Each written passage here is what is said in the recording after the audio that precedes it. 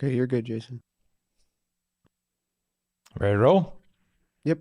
Okay, hey, welcome back, everybody, to the show. Kristalina unfortunately couldn't come with us tonight. She had a last-minute sick call to the hospital to visit a friend, so if you would, please pray for the friend. But it's a blessing to be back with you. This week, we also just released a couple new hikes on the JP2 Trails website if you want to join us. Right now, we've got ones with Bobby Angel going to Channel Islands, California. That's the one that's coming up first, early 2026. So if you want to spend time with other Catholic young adults hiking into the wilderness, learning the writings of St. John Paul II. Check out that one. We've also got some other ones to France, Italy, Switzerland, Alaska. Just go to jp2trails.com, sign up on one of those. Also, if you want to support us on this show, please consider joining the community at Patreon, just patreon.com/Jason Evert. And we always bump to the top of the priority list any questions that come in through Patreon. And so, Josiah, I think we've got one to start right off the show. Someone who sent one in just this afternoon. Why don't we tackle that and dive right in? Yeah, we got a patron question. Um, I'm at a low dark point. My husband, who is Catholic and believes but doesn't pray, has a hard time pray or has a hard time with it in his life due to many factors. Has fell in love with another woman online who was there for him and understood him. I have tried to find anyone in this situation. I'm not sure they are out there, but I can't find anyone, and I would really like to connect with other women who have found themselves in this, and both the husband and wife are staying together. We're getting along just fine like roommates. I'm also unsure if I should ask about if he wants to better our marriage or not. I know that it would probably have to be under the stipulation that him and his girlfriend are not dating any longer and decide to be friends, at least for the time being. Of course, they'd have to moving forward in the relationship completely. But I also know this won't fully be better until he makes his life right with God. So practically, I just don't have the tools in my belt to know what is right to do. Yeah, well, I don't think he can make his life right with God and then get the woman out of the picture. I think the woman's got to get out of the picture in order for him to have his life right with God. And so the idea that they need to stop being girlfriend, boyfriend, and just be friends, it can't. Friendship isn't even on the table, in my opinion, here. Now, just to go through, though, let's start at the beginning. You're looking for a community of women, or just any woman who's been through what you've been through. You're sure they're out there. They are out there. The challenge is it's such a personal struggle that a lot of people just kind of keep it to themselves that they're going through this in their marriage. So the solution to that isn't to like, just, hey, have you been through this? You've been through this? Try to get plugged into a good faith community of women, preferably at your parish. Maybe there's a woman's Bible study, get to know some good friends, and then you could begin to open up your heart, and odds are you're going to find like, yeah, a lot of couples have been through this. I know in my relationship with Kristalina, there are moments where I felt like, hey, I feel like guys getting a little close, or she's saying, yeah, I feel that girl's getting a little too close to you. And we've had to have those discussions, and then you create more space. Obviously, if there's an emotional affair going on, you can't just scale back and just be friends. And so you had mentioned at the beginning, he was kind of at a low point in his marriage, and he met somebody online that kind of understood that what he was going through. And so maybe there was a legitimate ache or need that he had for connection and understanding and empathy and compassion and kindness, but he was going to an illegitimate source in order to satisfy that ache, when in reality, that's what the wife should be doing. And so just because the wife, let's presume, is not doing that, and maybe you guys were going through a rough patch, it doesn't mean that he could just go run elsewhere to satisfy that. Likewise, if he's not the optimal husband to you, it doesn't mean you can have marathon phone calls with other guys to vent through your issues as well. And so I would say don't consider friendship with this woman as an alternative, as to boyfriend, girlfriend. It's got to be kind of a hard line in sand. Like, she's got to go. Like, you got to take your pick. Like, you can have her or you can have me, but you can't have me on the sidelines. It's just not going to work. Is he willing to work on his marriage? Well, you got to ask him that, because talk is cheap. Ask him, hey, I find him, I love you, honey, and we promised to love each other our entire lives, and we've always obviously been having a rough patch here going on. I'm committed to going to marital counseling to work through this, because I don't believe that we're really working through it. We're just existing as roommates. I mean, we're getting along, but this isn't what we envisioned when we stood on the altar, when you proposed to me. This is not where we thought we'd be this many years into marriage. Let's fight for this, because storms are going to come in marriage, and the ones that last. I heard a priest say recently, you know what perfect love is? He said, perfect love is two imperfect people choosing to continually love one another. And so the question is, yeah, we're imperfect. You are, he is, I am, my wife is, but are we choosing to move forward? And so the step I would take, try to find a good marriage counselor. If you go to websites like catholictherapists.com, type in your zip code, see who's around you. And if he's unwilling to go with you, then I want you to go without him. I want you to get a good sounding board where you can bounce these ideas off of a good Catholic therapist of like, what's going on here? How long do I have to wait for this guy to show up to what he promised on the altar 10 years ago? But I think it's very important that your husband understand what he stands to lose. Like, look, you can't just keep me on the sidelines and then go to this other woman for emotional satisfaction. Like, if you really want to heal our marriage, she's got to be gone. Not like we're not going on dates, we're not FaceTiming or whatever, like, no, gone, like zero contact. To me, there is no other option. There was a book written by Sarah Swafford and her husband, Andrew Swafford, called Gift and Grit, where they talk about emotional affairs before marriage, inside marriage. I'd recommend get a copy of that book, read through it, because I think it's going to validate your hurts of just like, now it's really cutting me to the core that he's turning to another woman for satisfaction. And he might be saying, well, like, look, there's this big ache in my life I have for companion and friend and respect and intimacy, and because of whatever reason, like, maybe you're not fulfilling that, so I need to go get it elsewhere. Instead of just shutting it down, try to listen in the sense of like, okay, are there some legitimate needs that he really has that I haven't been giving to him because I'm bitter towards him, towards this or that? And maybe he has some legitimate things that he should be providing for you as a husband that he's not providing. Sometimes being in the presence of a good marriage counselor can help referee some of that stuff, where you can, bounce it off of them, and he can make your husband feel heard, and he can help your husband to listen to you when maybe he feels like you're just coming at him, that you can come to him with this issue instead of him just giving you a solution. He can actually practice some empathy himself and see where you're coming from and see how much this has hurt you by how he's turned to another person. Now he can hopefully forgive instead of just deflecting and denying and gaslighting and be like, well, it's not like we're actually sleeping together, just trying to minimize everything. Because fidelity is a lot more than your body parts. Fidelity is your heart, your imagination, your eyes.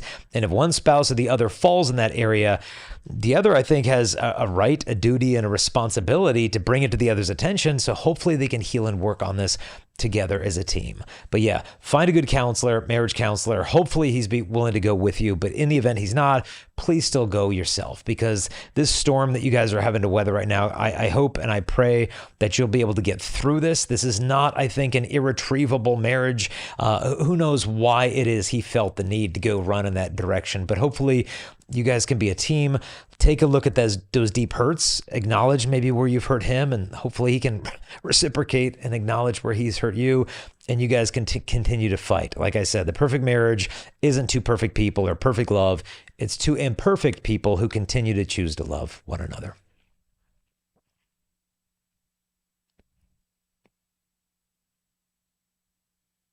Any other questions? Great stuff. Yeah. Great stuff. Yeah. Okay. So the question I want to ask you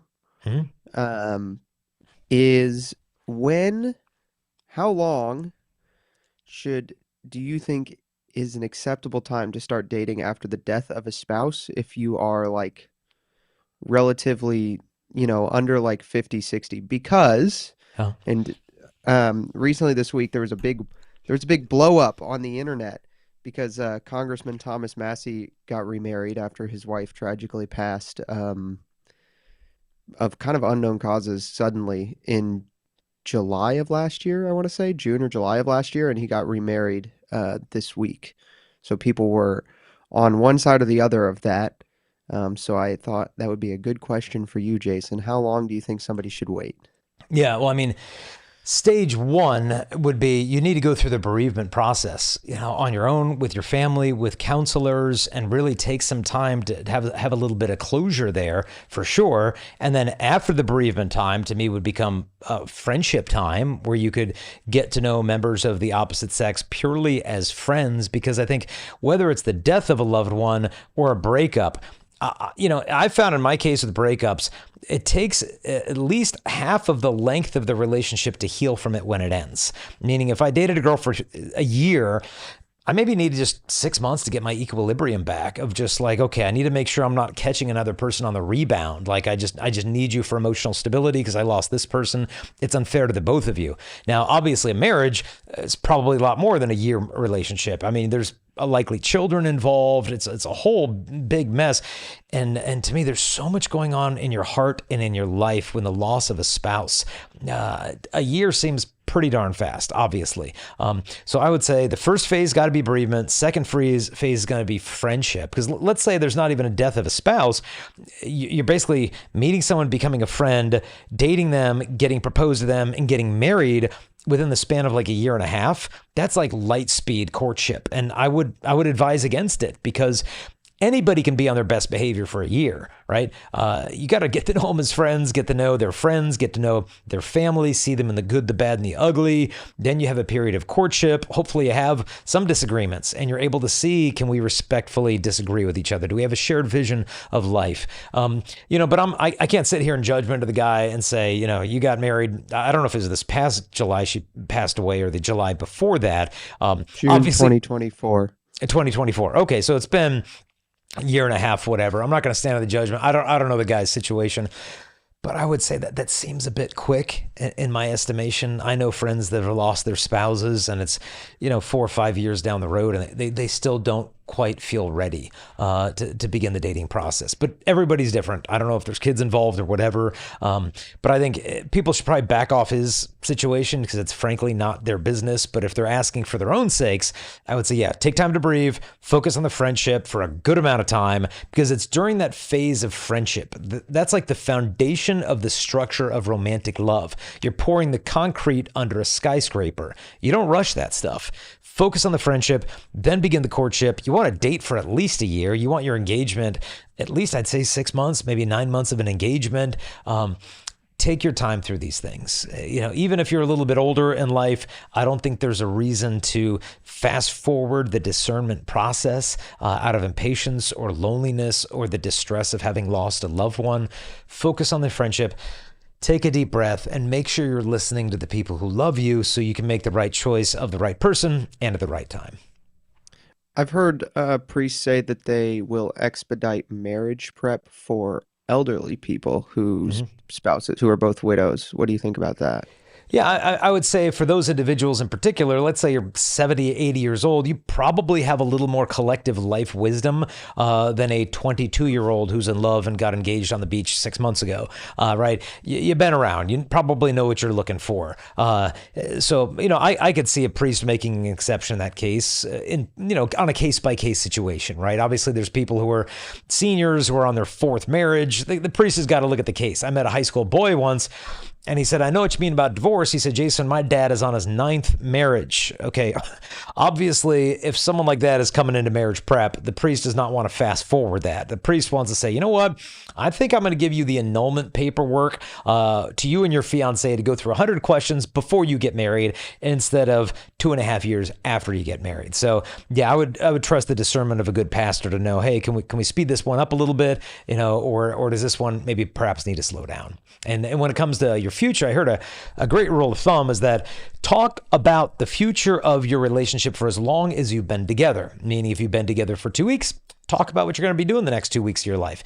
If you've been together for 2 years, talk about where you guys could likely be at 2 years from now. The problem comes when the opposite of that happens. When you've been dating for 2 weeks and you're already talking about where you're going to be in 2 years, or you've been dating for 4 years and you're still talking about what's going to go on 2 weeks from now instead of 2 years from now. And you'll see both situations. People taking off like a rocket and then other rockets that have just totally stalled out. Like, I've been dating my boyfriend for 4 years and, he's still afraid to talk about engagement. Boom, big red flag.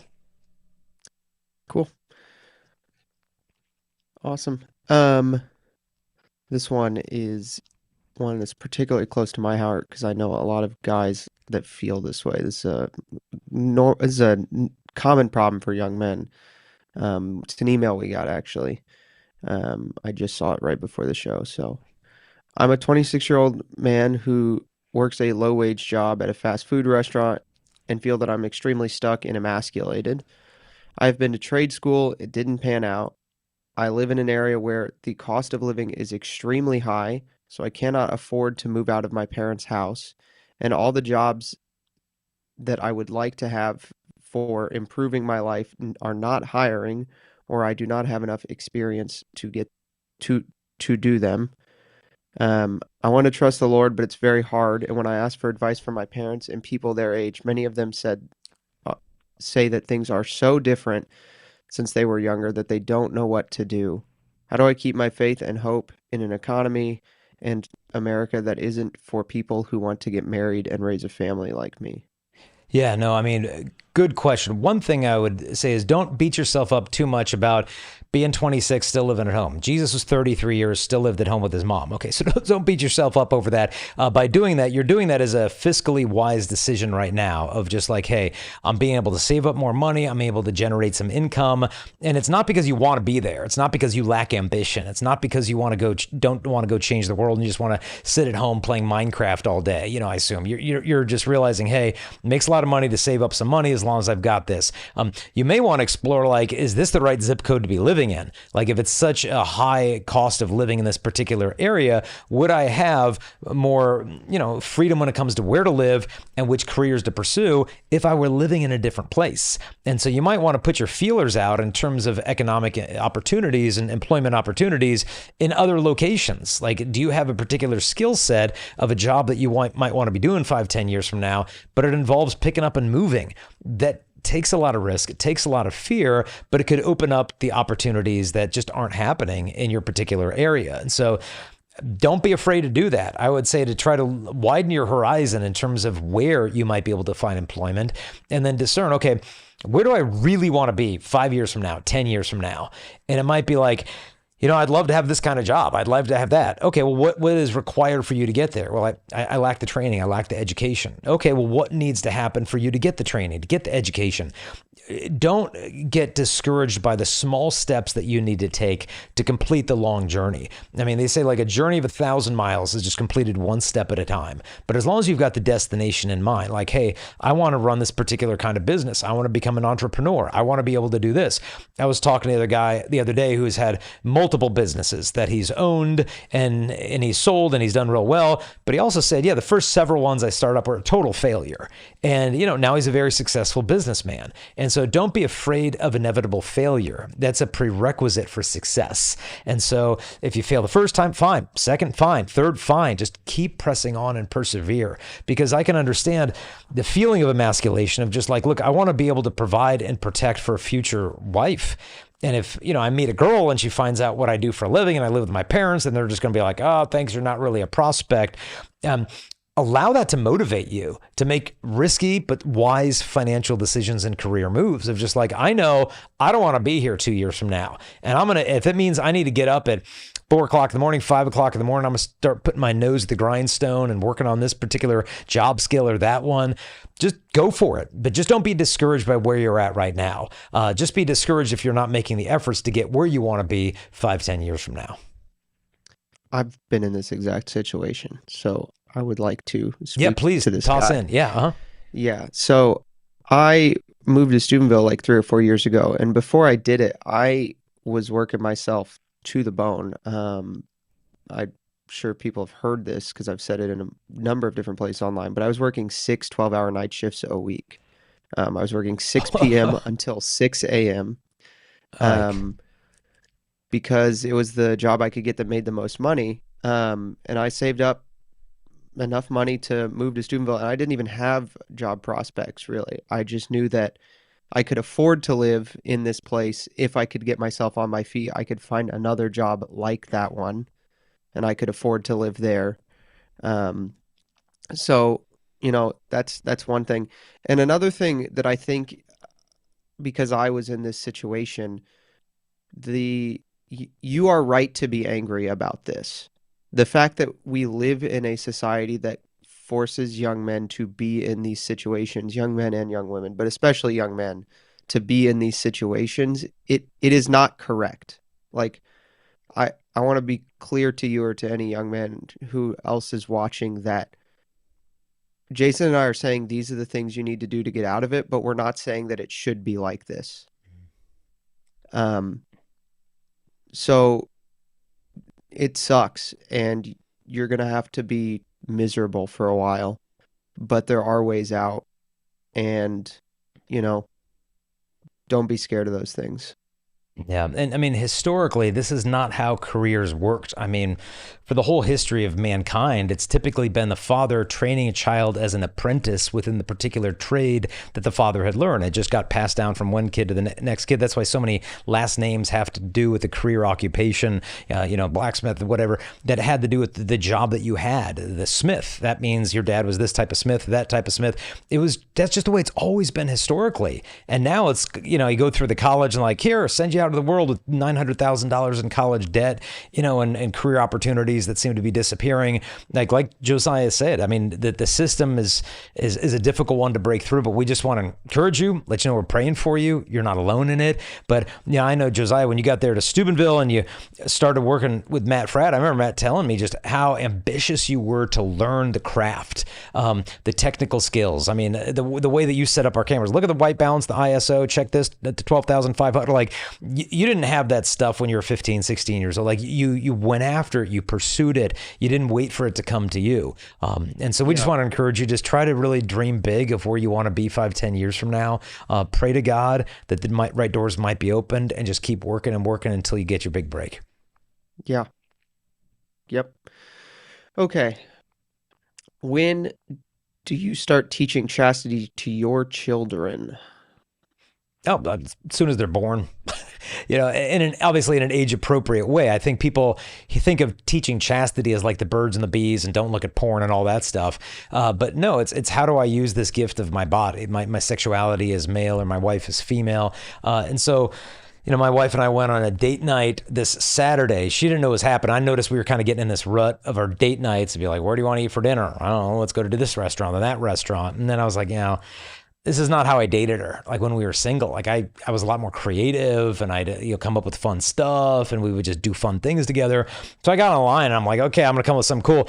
And I pulled it off this last Saturday, epically romantic. I took her to a legit Japanese sumo wrestling tournament. I mean, you talk about romantic. That's like the secret of a woman's heart right there, more or less. But it was hilarious. We were just dying laughing. It was just an absolute blast. It was just so much fun. We're texting pictures of the sumo wrestlers to our kids off at college and the kids back at the house. And it's so good for them just to see mom and dad getting away from us, living their relationship. That, in my opinion, is teaching chastity. It's like we're trying to live our vocation. We're trying to pursue each other and do what God wants us to do. That's teaching the 6-year-old what marriage is supposed to look like. A guy emailed me just yesterday, and he was like, I feel really bad leaving my kids to go spend time away from the kids with my wife. And I'm like, no. Like, that is the best thing you could do for the kids. Obviously, it could be taken to excess. We're going to Cabo for a month.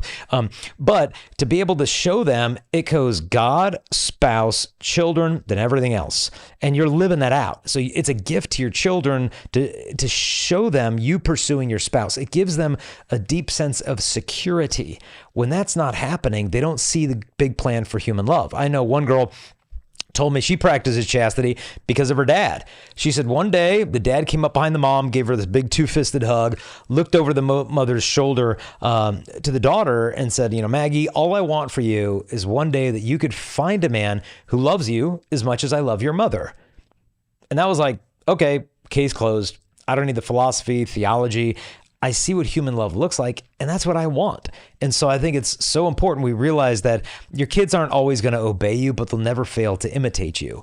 And so if you expect the children to obey the church's teachings on sexuality before marriage, well, you better practice that virtue inside of marriage, chastity and marriage, not just staying away from pornography and being faithful to your spouse, but how you plan your family and how you live out your own sexuality, what we do with our cell phones. I mean, my kids know my cell phone's open season. You want to look at my YouTube history, you want to look at my social media, internet history, here you go. Like, it's right here. I got nothing to hide. And so they know, well, then their phones, for the older kids who have them, it's open season for me too, because there's this transparency going on. And so obviously when it comes to time to teaching the birds and the bees, the church won't give you a specific age. At 12, do this, at 14, do that, because every kid's different. Some kids are like, couldn't care less where babies are made and they're 14 years old or whatever. And then the next kid comes along, he's like 7, is like, hey mom, how'd that baby get in your belly? And it's like, oh, God put the baby in my belly. by what means did God put that baby in that belly of yours? I was like, dude, kid, give up, man. Like, they're so precocious. So every kid's different. And so that's why it's important that you just try to get your finger on the pulse of where that kid is at. Make sure to give them age-appropriate answers. Maybe deflect a little bit when you need to, when they're going a little bit too deep for information. And just teach them when they're little what modesty is, why their body is good. There's no dirty, bad body parts. It's all good because God made it all. And then as they get a little older, one book I'd recommend is called The Joyful Mysteries of Life. It's kind of an explanation of the birds and the bees through the rosary as a way to contemplate the mystery of human life. But yeah, it's just age appropriate. It's not really a talk. It's more a conversation. Great stuff. You mentioned a couple times in that various things about technology. What are some essential skills or internet safety practices?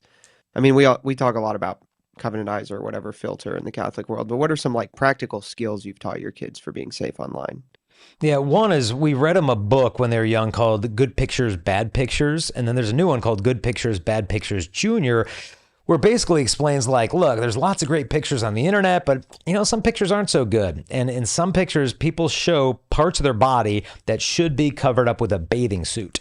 And if you see a picture like that, here's what you do. Step number 1, close the computer, turn your eyes away, then come to mom, come to dad, tell us what happened. And then you apologize to the kid, not vice versa. No. You don't demand an apology from the kid. You apologize to the kid. Like, I'm sorry that the world is like that. And I'm sorry that I didn't do a better job blocking that stuff on the computer. I'm sorry. Thank you for coming to me about that. What did you feel when you saw that? And you start to help them to process those feelings. And so even if you're feeling just outrage or fear or anger or whatever, just bottle that up a little bit until later and just try to be calm, keep your wits about you, and walk them through that. So they realize, okay, mom doesn't have or dad doesn't have this atomic ballistic meltdown if I come to them with one of these situations.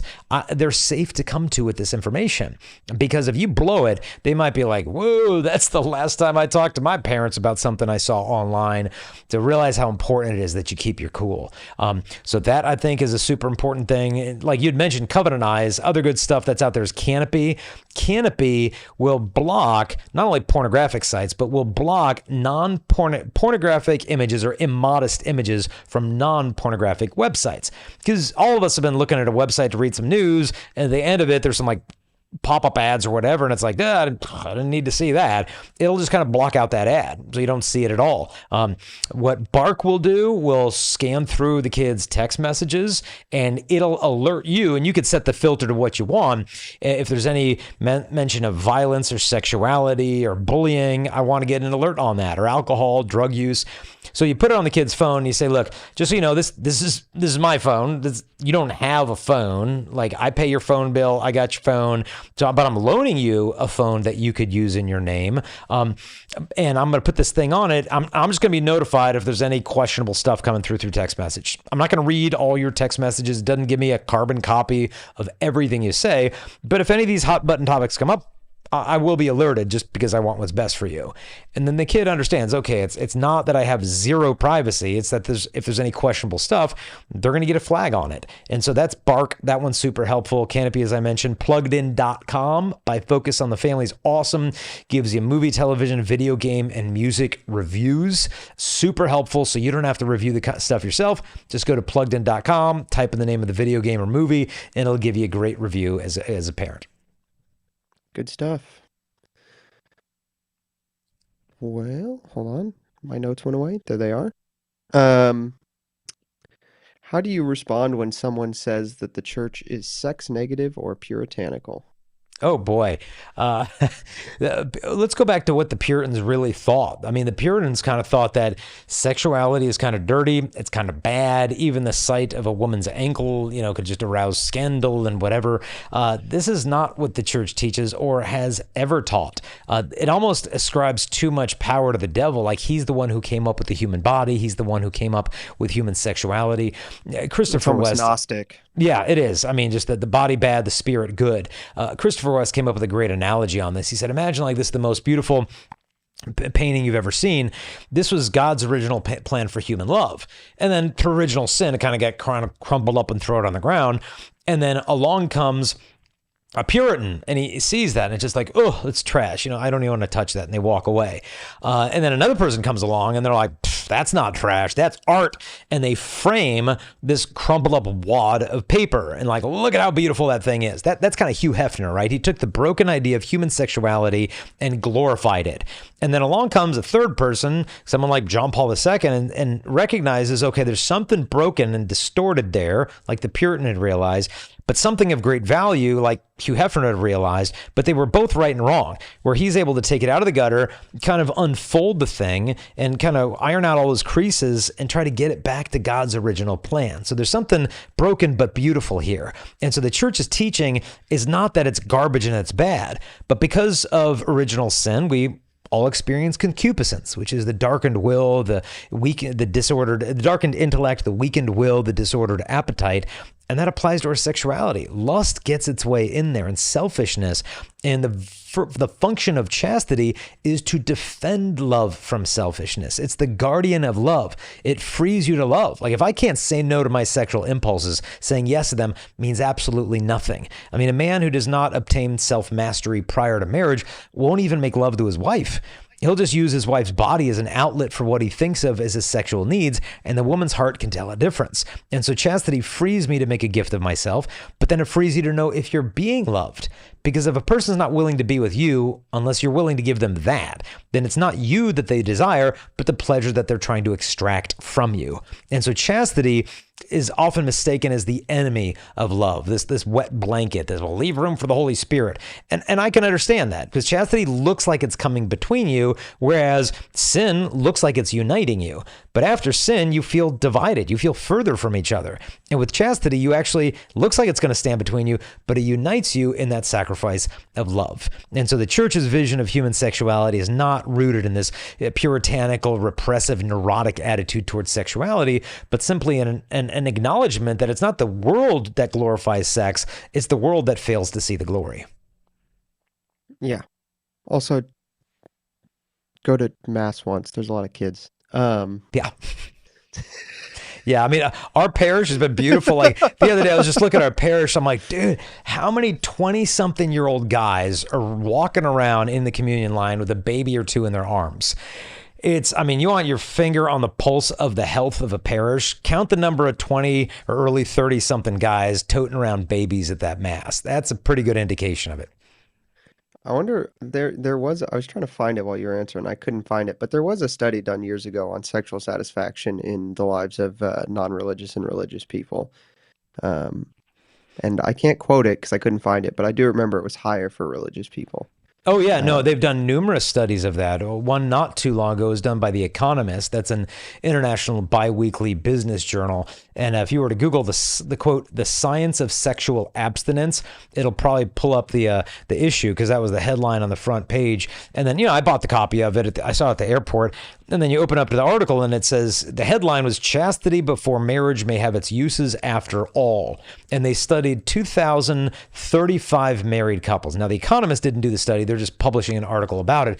And the researchers studied 2,035 married couples and asked them, in your relationship, when did you start having sex and how are things going today? And what they found is that the couples who waited longest to begin having sex, in particular those who waited until they were married, had better communication, a more stable relationship, they were happier with the relationship, and they reported a higher satisfaction with their sex lives. Years ago, back when Saturday Night Live had that Dana Carvey church lady skit, USA Today did an article called "Aha, Call It the Revenge of the Church Ladies." And what they said is that the public perception of sexuality within and outside of the church bears no resemblance whatsoever to reality. And they found the highest levels of sexual satisfaction across the board were married couples who went to church regularly, had the highest levels of sexual satisfaction. And at the bottom of the list was the single women, the kind of the Sex and the City type of person, lowest levels of sexual satisfaction of everybody that's been researched. Yep. And, one thing I'll throw in that, well, why? Like, why is she not sexually satisfied? In order for a woman to, what's that? Pair bonding. Yeah, pair bonding plays a big role, but also there's a part of the brain of a woman that needs to actually be deactivated in order for her to really enter into the sexual act. The amygdala, it's the fear and anxiety center of the brain. And as long as there's fear and anxiety, are we going to get caught? Am I going to get a disease? Are we going to get pregnant? Is my parents going to find out? Any of that going on, she can't really fully be present in that act. That's why alcohol often plays such a big role in hookups on college campuses, because she really can't enjoy it as long as her brain's not basically turned off. But they found within marriage, what's happening is that the amygdala can naturally be turned off. It's like she's not afraid of getting used and getting an STD and her parents finding out. Like, all that stuff, for the most part, you would hope is gone. And so there's a physiological reason why singles are not able to enjoy what was meant for the confines of marriage. It's like when you take a goldfish out of the bowl and you kind of just sit it in the living room, it's probably not going to do real well. It'll probably do better if you leave it where it was supposed to be, in the confines of that tank full of water. Same thing with the gift of sexuality, living inside the confines of marriage. Yep. Okay. Uh, my child recently told me that their religion teacher positively talked about and cited some Father James Martin work. What should I do? I would immediately contact both the principal and the head of the theology department, or if that's the teacher, and say, this, I'm sorry, is not in line with Catholic Church teaching. Father James Martin is a Jesuit who I would hope has good intentions to minister to those within the LGBT community. However, he often speaks about building bridges, right? We need to build bridges to our brothers and sisters in these communities. But I really don't think that he's doing that. I think what he's actually building are docks. A dock is a half-constructed bridge. And it feels like that's where he kind of leaves them off. Like, all are welcome in this place. All are welcome. Welcome to what? Welcome to conversion, repentance, and a life of intimacy with Christ. If all we're doing is welcoming people in, but we're not giving them the fullness of the gospel, it's a half-constructed bridge. It's almost like Jesus encountering the woman caught in the act of adultery and just says, has no one condemned you? Neither do I condemn you. End of chapter. Well, that's not the end of the chapter. The end of the chapter is, and go and sin no more. And so unless that clear message of chastity is being proclaimed within this community, which nobody to my knowledge is finding within Father James Martin's resources, he's not giving them a very clear teaching. If anything, he's petitioning for the church teaching to be bent in this area or just turn backwards altogether.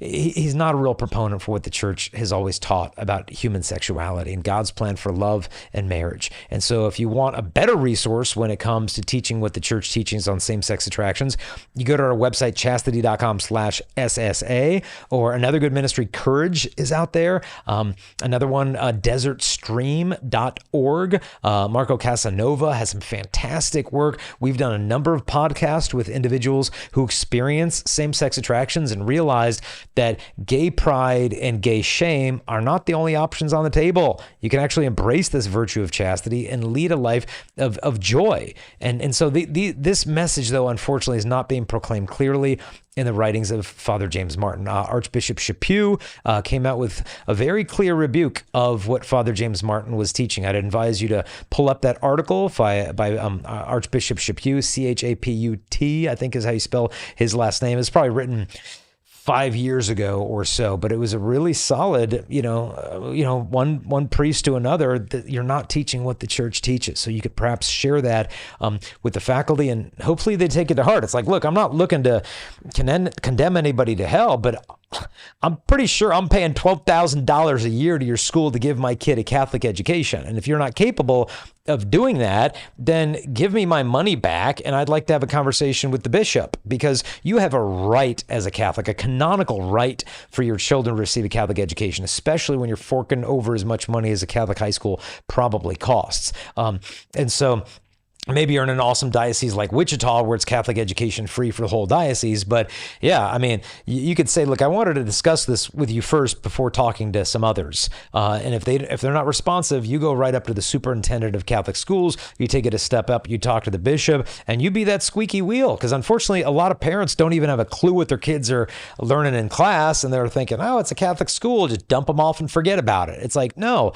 You're the primary sex educator is the parent. You're the primary evangelist is your parent. It's not the theology teacher's job. They're there just to supplant what you're trying to do of raise this kid in a Catholic environment. Yes, sir. All right.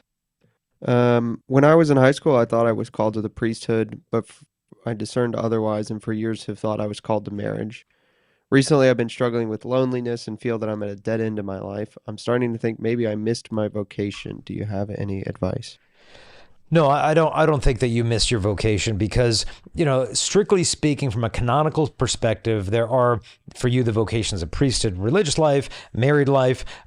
Singleness technically is not a capital V vocation that you're making a consecrated vow to enter into, but it is a calling that some people do receive, kind of a lowercase V vocation. Blessed Per Giorgio Frassati, Carlo Acutis, they perfectly fulfilled God's will for their life, but they didn't end up becoming a priest or a married person. Now, just because you haven't found it quite yet doesn't mean that that's the end of the road.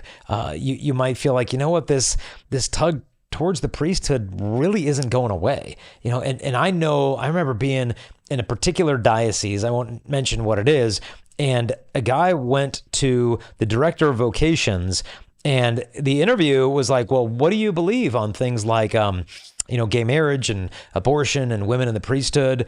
And the young guy was like, oh, well, no, I don't think that that's what the church teaches. And so I don't believe that. And they basically said, well, thank you very much, but we don't believe that you have a vocation in our diocese. And that was it. Like, if you disagree with the church's teaching, we think you'd be a good priest. That, thanks be to God, the diocese, I think, has shifted, gotten a new vocations director. But this guy didn't end up becoming a priest. Whereas, man, what could have happened if he went to a different diocese and kind of just kept pursuing that? And so maybe if one door shuts, maybe you weren't called to priesthood, but maybe you're called to the religious life as a brother or monk or whatever. If that fire you think is still kindling there, don't be afraid to go on a vocations retreat, to kind of blow on those embers to see if something comes back up to life there.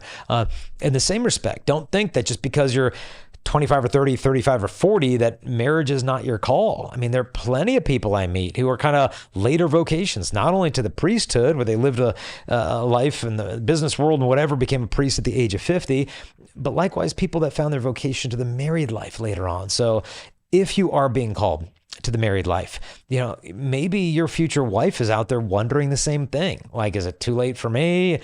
Don't give up on each other. If you really think that God is calling you to make a gift of yourself in this decisive direction as a husband and, God willing, a father, then I would say just to continue to press on, get involved, go to where the good Catholics are in your diocese, call up the diocesan director of young adult ministry and say, hey, what do you guys have cooking here? Oh, we got theology on tap over here, and we've got this praise and worship thing on Tuesdays and that over there, young Catholic professionals here. Get plugged into all that stuff. You could go on one of our JP2 Trails trip. They're typically like 30 plus Catholic young adult singles looking for a future spouse that often end up on those trips. So you could check out those as well. But don't give up on online stuff. There's lots of them, from Catholic Chemistry, Ave Maria singles, the new one, Sacred Spark, Catholic Match, Catholic Singles. Like, there's a lot of them. Take advantage of these things. Be proactive instead of giving into a spirit of discouragement and assuming that because you haven't discovered it in your time frame, that it's not God's will for your life. And in the meantime, maybe find a good spiritual director, and you could get a sense from him of like, hey, am I going down the right path? But no matter what, don't lose your peace. It was Padre Pio who said to just guard your peace, because the devil loves to fish in troubled waters. And so don't give in to a spirit of discouragement, worrying about the past. I could have done this and I should have done that, or anxious about the future. What if this never happens? What if that never happens? Like, you don't know if you get tomorrow. Neither do I. All we know is that we have today. Today's where the Holy Spirit is. Live in that place without being distracted by yesterday or tomorrow. Be at peace. Hold on to your peace. Pursue God's will for your life in the little things, because the Holy Spirit talks to you 100 times a day. And then, God willing, when the vocation comes along, you'll be ready and willing to give that big yes. Cool. My boyfriend has struggled with masturbation for a few years, but 2 or 3 months ago he realized he wanted to stop and come back to the faith. And a few weeks after that, he decided to stop, and we started dating. He's really striving for chastity, but he's fallen and done it twice since we started dating. Is this grounds to break up? Thank you. Well, what I would look at more than anything is the trajectory of his intention and how he's following through with that. The fact that he's come to the realization he'd like to cut it out, praise him for that. Rejoice in that. Like, I'm really proud of you for wanting to do this. Hey, huh, you could be such a source of encouragement to him right now, because if you're like, well, you did it twice, I'm out the door, he might literally just be like, just throw the towel in. Well, I'm never going to overcome this. And then, I mean, but how miserable would that be to like lose the possibility of not only a girlfriend, but a wife because I could never overcome that thing? I mean, it could like just crush his spirit. Now, I'm not recommending you stay in a relationship out of pity. I would never do that.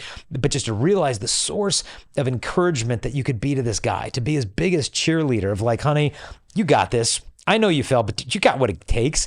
You have the indwelling of the blessed Trinity inside of you. I know you love me, and I know you want to slay this dragon for love of God and love of me, to be the man that God's calling you to be. And I know you got it in you. Like, like to hear that from his own, girlfriend really empowers him when he's doubting his own strength, to realize that you see a strength in him that he might not even see in himself.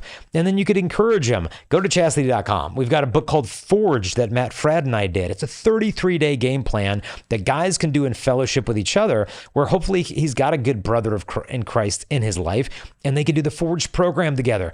You text the word Forged to the phone number 66866, and every day you're going to get a video. Day one is me, then Matt Fradd, then Father Mike Schmitz, then Father Jacques Philippe.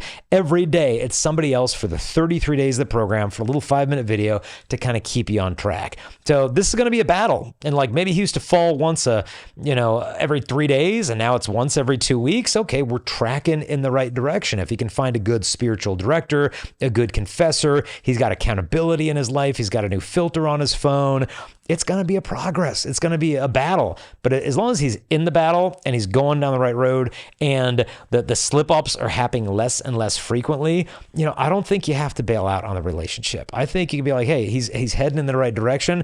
He just needs some encouragement, not only from me, from other guys, because women have a tremendous capacity to bring out the best and the worst in a guy. And so I think you would just want to tap into your capacity to be the biggest cheerleader he's ever known in his life. And I think he's going to, God willing, to respond to that, to rise to become the man that you deserve for him to be for you.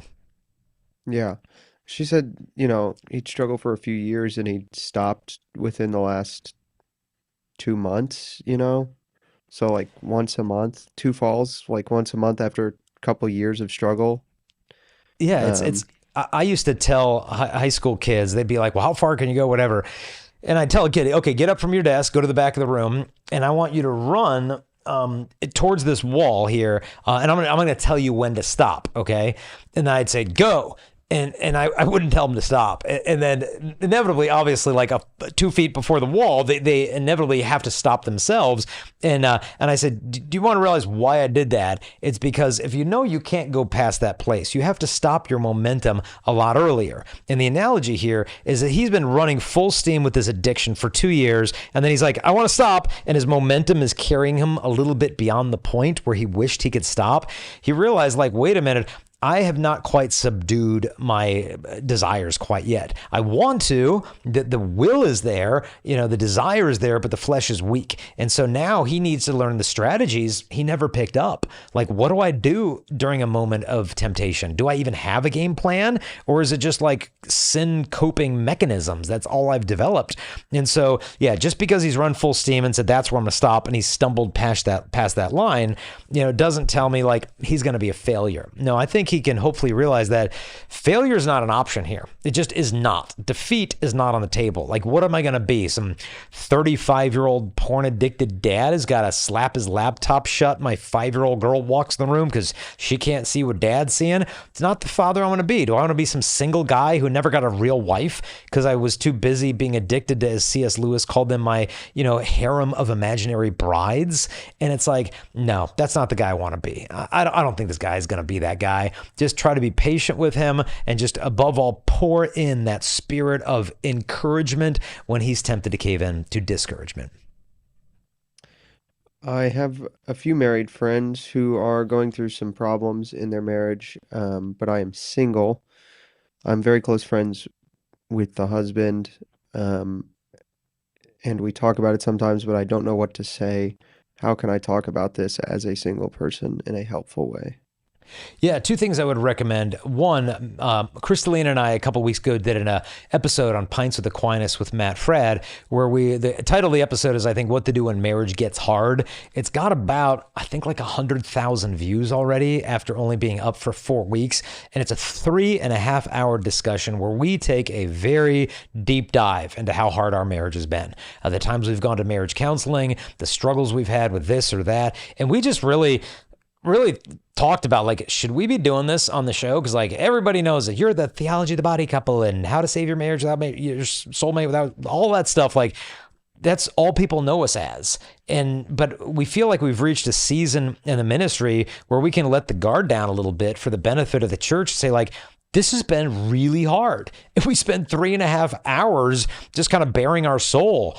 And the comments of just the hundreds of comments under the videos have been so beautiful, of people saying, thank you so much for just being so open and honest. Like, we thought we were the only Catholic couples going through this. Oh my goodness. They're just finding so much fellowship instead of isolation, and the fact that these crosses are common to man.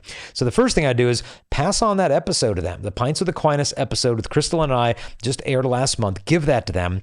And then one of the pieces of advice Matt gave on the show is that he always recommended talking to your marriage problems with a member of the same sex who's going to take your spouse's side instead of yours, typically. Because the instinct is to find people that are always just going to tell you what you want to hear. But if you can find a friend who's good enough to be like, well, I can kind of see where she's coming from, you've been an idiot, like, that's actually really helpful. And obviously, if there's some legit issues going on, you want someone to be able to validate the fact that, like, yeah, that is crossing the line, and you're right to be able to want to call her out on this or him out on that. But find someone who's going to shoot straight with you. And so if you can be that friend to him, give him the Pints of the Aquinas episode. And then when he's coming to you with marriage issues, try to see where he's coming from and give him some empathy and love there, but then also try to open his eyes to where his wife might be in the right and something that he might be missing as well. But just try to be the good listener. Guys tend to bond, not so much face to face. Well, let's go to the coffee shop and sit and talk about your relationship problems. No, like, go do something with him as a man. Let's go bowling together. Let's go hunting together. Let's go do something together side by side. And usually when you're in some type of activity with a guy, I don't know, your defenses are lowered a little bit. You just feel a little more comfortable to chat about stuff. So just make yourself available to him, because who knows, you might be one of the only guys he can confide in when it comes to these tough issues. Because he might be afraid, well, I can't talk to anybody because I'm like betraying my wife because of how hard things have been. No, just go be there for him and just remind him, hey, you ever need to talk or vent about that stuff? Let's go have a beer or whatever. I'd be happy to just like go hang out, watch a ball game and talk about it. Be that brother in Christ to him and share the episode with him. And I think hopefully those will be helpful. My favorite conversations I've ever had, and they were not about this stuff. They were well before um, this individual got married, but with a close friend of mine was we went to like a sporting goods store and we're buying guns. And like that's what we were just talking about, you know, uh life and venting to each other about our problems, and we were buying guns while we were doing it. So, Yeah, no, for some reason, it helps to get your attention off of the delicacy of the topic to have a nice AR-15 in front of you or a 9mm and just be able to browse it's about that great, stuff. isn't Yeah. it? Yeah. It's actually great. Yeah. Yeah. Yeah, it's good. So, um I think that's everything. We got one follow-up, semi-follow-up to the first question Okay. in the chat. So, I think we have time. Um, this person was wondering if what do you do if you're in a situation like the one described at the top of the show, hmm that's been going on for a long time, and you want to separate, but the other spouse is threatening to harm themselves? Yeah. Well, one of the things is if a person is threatening to harm themselves, they need immediate clinical intervention from a mental health professional. That needs to happen immediately. Otherwise, they're just using this as blackmail. If it's like, no, if you're threatening to actually hurt yourself, you need more than a wife. You need a counselor. Okay, it's not a wife's job to be a therapist. If that's where a partner turns to resolve the relationship problems, it shows they're probably not even ready for a relationship to begin with. And so you can say, honey, I'm very concerned about about you, and I would never want you to hurt yourself. And so let's get you the help that you need, because obviously there's bigger issues going on.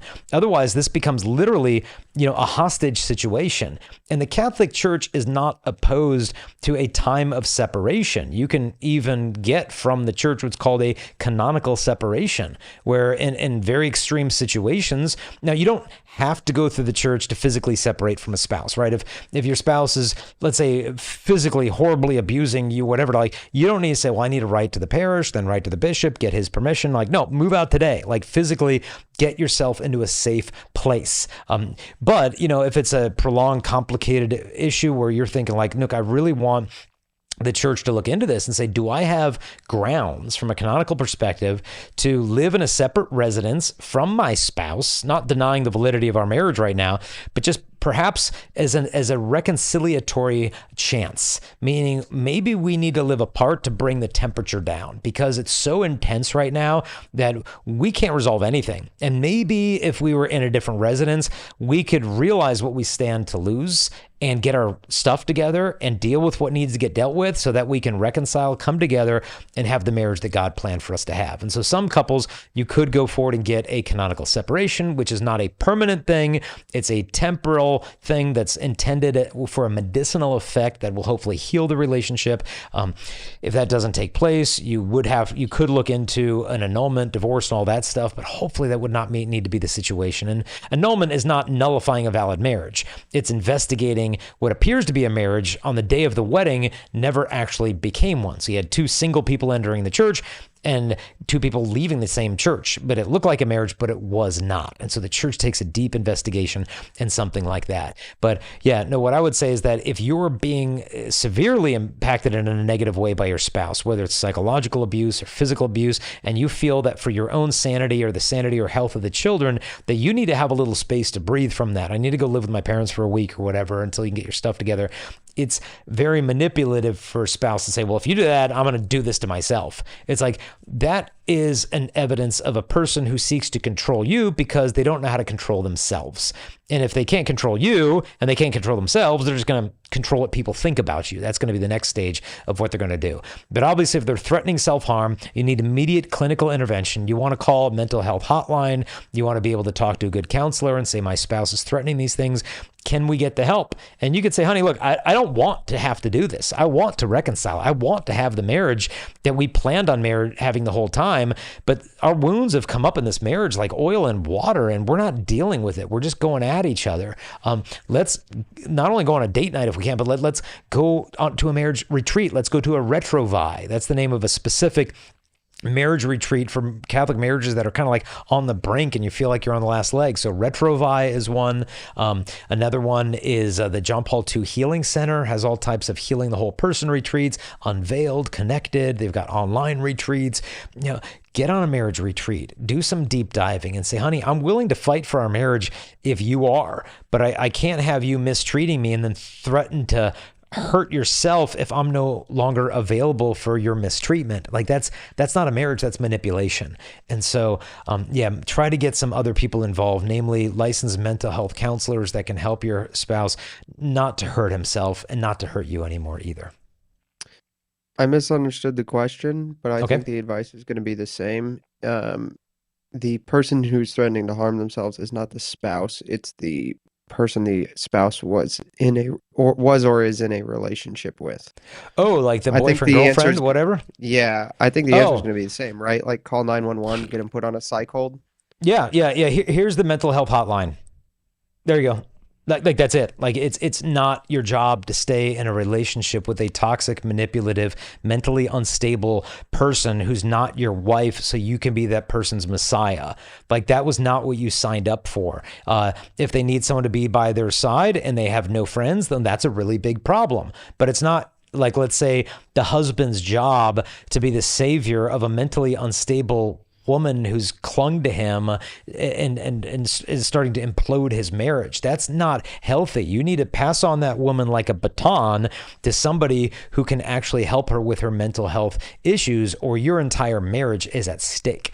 That's what's going on here. You've got to make a big decision here. Like, who's the woman I want? do I want this kind of emotional mistress on the side, or do I want my wife? And your wife is paying very close attention to how you handle this thing. And if you have an excessive amount of disordered compassion for this woman who is there for you at a dark time in your life, it's like that's an unhealthy kind of soul tie that needs to be severed. And you think, well, that's not even Christian. That's not even compassionate. No, the Christian part is giving her the resources she needs to be whole, and then trusting she's a big girl, and if she's as bad shape as she says she is, she can dial that phone number and get the help, and they will be at her house within minutes to give her the help. So is it really that she wants that help, or she just wants to control and manipulate you to keep you in her life? And so recognize this. This is manipulation. This is not mental health. This is going to implode your marriage unless you have the guts to cut it off.